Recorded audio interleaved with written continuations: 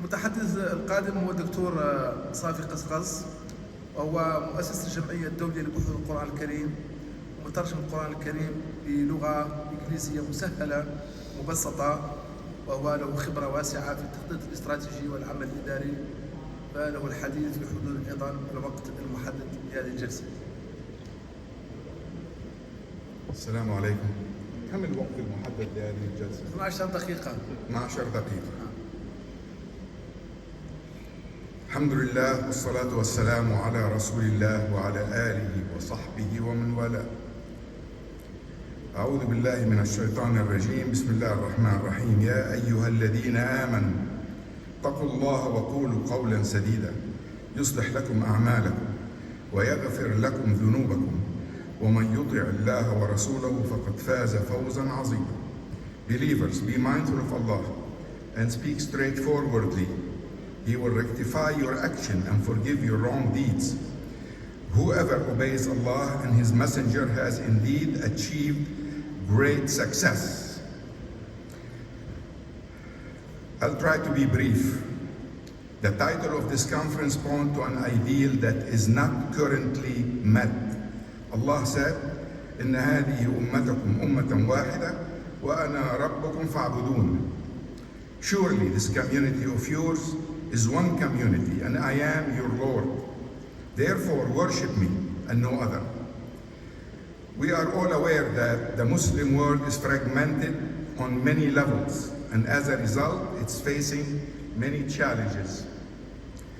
The Ummah, which was once a flag bearer of knowledge, thoughts and civilization, has in recent centuries relapsed into weakness, backwardness, and worse still, it has even failed to face its problems and consequently failed to develop a roadmap, a plan toward the resolution of these problems. These problems I'm talking about have mainly to do with good education, with good governance, and development of the human capital, that's human beings, including jobs, healthcare for all people, as well as sectarianism and fanatism leading to the growth of terrorism. When people are deprived, when they're kept poor, when they're not educated, it's very easy for them to become fanatic. Solving problems Muslims need to know require resolve that we don't seem to have at this time. It requires resources that the wealthy among them will not allocate to help the poor. It requires planning and professional management. But for a life-changing goal for hundreds of millions of people, such as Islamic unity, the Muslim world, with its 56 independent states, will need a grand strategy and a plan that will require research in many areas and numerous components that aren't in place at this time. Hence, I conclude that political unity is not a realistic goal for the 56 Muslim nations at this time. A more important goal will be to unite to solve problems in education, healthcare, and the standard of living. What the Muslim Ummah needs at this time is for some great minds like yours to be organized in a think tank to tackle the rising dangers and the plans for the future. This is apparently what this conference is all about, I'm hoping. And this is what its management, I hope, is trying to accomplish. This Muslim think tank needs to develop a grand strategy based on finding solutions to problems facing the Ummah, facing each Muslim state, as a way toward more cooperation and prosperity. Once we have answers, we will present them to the relevant government, but it will be up to each country and its leaders to implement. Once the plans are drawn, a lobbying group need to be formed in order to lobby individual government, the OIC, and other pan-Islamic organizations, as well as the United Nations. Intellectual Muslims everywhere can become a pressure group pushing to implement these solutions in a timely manner. We can do a lot if we have the will to do it and the resolve to pursue these goals.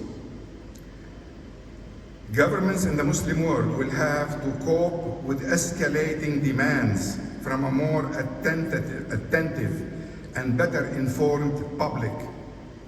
The problems will be especially severe in the Muslim world in the coming decade because of demographics.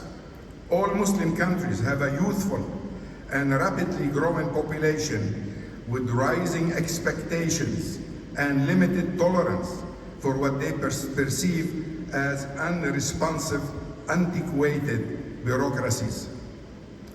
Competing demand for attention and resources will be straining the government's capabilities, making it harder for officials to devote time and attention to problems and opportunities in an increasing competitive world. Hence, the sooner solutions to the problems are found and implemented, the better we are. A fair observer who sees the fragmentation of the Muslim world should also be able to see a glimpse of hope, a shining example for unity called the United Arab Emirates.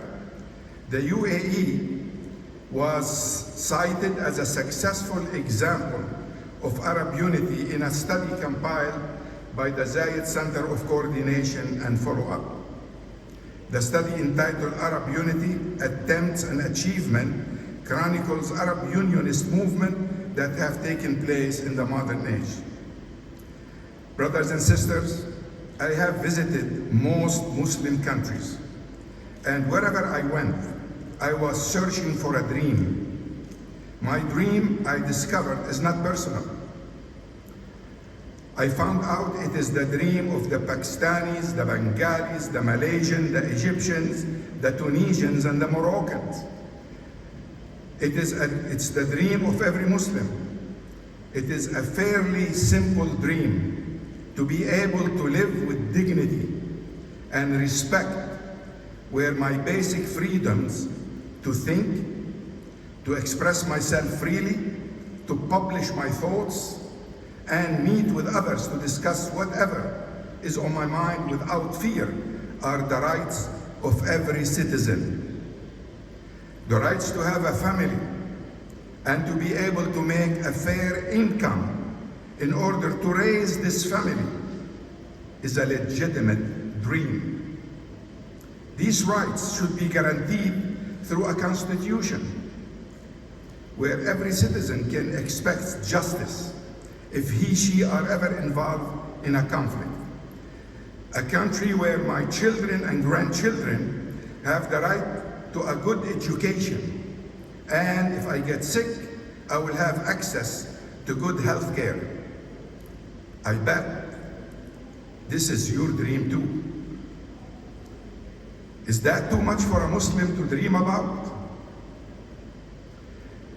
I've been dreaming about freedom, prosperity, and access to good education that we don't have. This dream will unite the Ummah and motivate every Muslim to work toward that goal. Unity in this context is a means that will make implementing maqasid al-Sharia possible. Those maqasid assure every Muslim dignity, freedom, and a better quality of life for him and his neighbor. I'm going to stop reading. I'm going to talk to you from my heart, and I hope you listen to me. Ummah, like my colleague said, start with the term comes from the term We all feel secure, feel comforted, feel loved when we think about our mother, our A Muslim should feel the same way when he knows he belongs to a Muslim Ummah. But this Muslim Ummah, we should understand, is made of individuals. It's you and I. It's not that vague concept that we're talking about, that we are lost between what the Quran says about it and what the Sunnah says about it and what the politicians are afraid to define. The Ummah is every individual Muslim. When we think about that, we will know that developing the standard of living for each Muslim is the goal that the Ummah should be working for. Remember, Islam was given for us. We were not created for Islam. Islam was given for us. Every human being is the most important creature in the eyes of Allah subhanahu wa ta'ala. Let's get that man who's standing on his head back on his feet. A human being comes first. In Islam, in the Quran, in the Sunnah, we are the focal point of all this. So if our standard of living is low, if we're not educated, if we cannot have a family and feel sure that we can raise that family, all these concepts should go with the wind. We don't need them. What we need leaders who care about every individual in the Muslim world. It's very simple. The minute you have leaders who care about you personally, you will feel better. You will feel taken care of. You will work from your heart to reach those goals.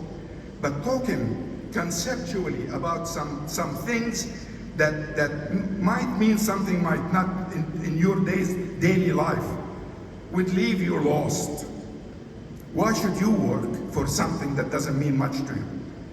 Your standard of living, the quality of life you have, is meaningful when you and your brothers who pray together in the same mosque work in order to have a better life. So let's think about all this. Let's simplify those complicated concepts and bring them back to our individual level. Assalamu alaikum wa rahmatullah. Thank you.